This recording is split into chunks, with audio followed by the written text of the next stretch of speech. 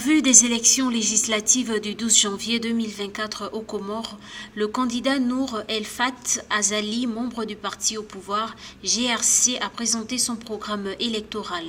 Devant une foule de 3000 militants, le fils du chef de l'État a promis de rendre opérationnel dans les plus brefs délais le centre de formation professionnelle de Bibodjou. Cette ambition du candidat au poste de député vise à offrir à la jeunesse des opportunités d'emploi.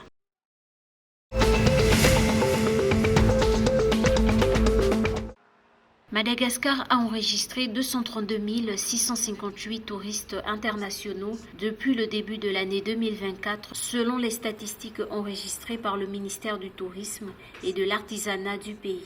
Le pic a été atteint au mois de novembre avec un nombre de 31 072 arrivées touristiques enregistrées. À cet effet, le ministère du Tourisme et de l'Artisanat a invité la population à redoubler d'efforts afin de relever le secteur du tourisme et relancer l'économie du pays de l'océan Indien.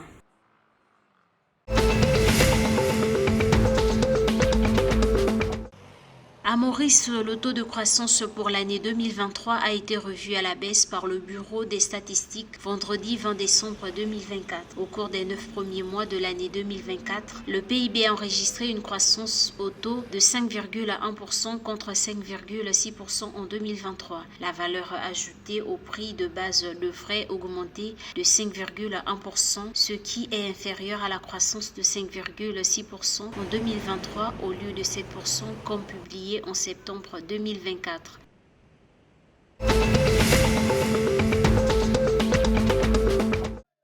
Lors de la Journée internationale de la langue arabe célébrée lundi 23 décembre 2024 aux Comores, le gouvernement a annoncé l'introduction de l'arabe comme matière obligatoire dans tous les établissements scolaires du pays. Cette mesure vise à valoriser une langue essentielle à l'identité culturelle et religieuse des Comores.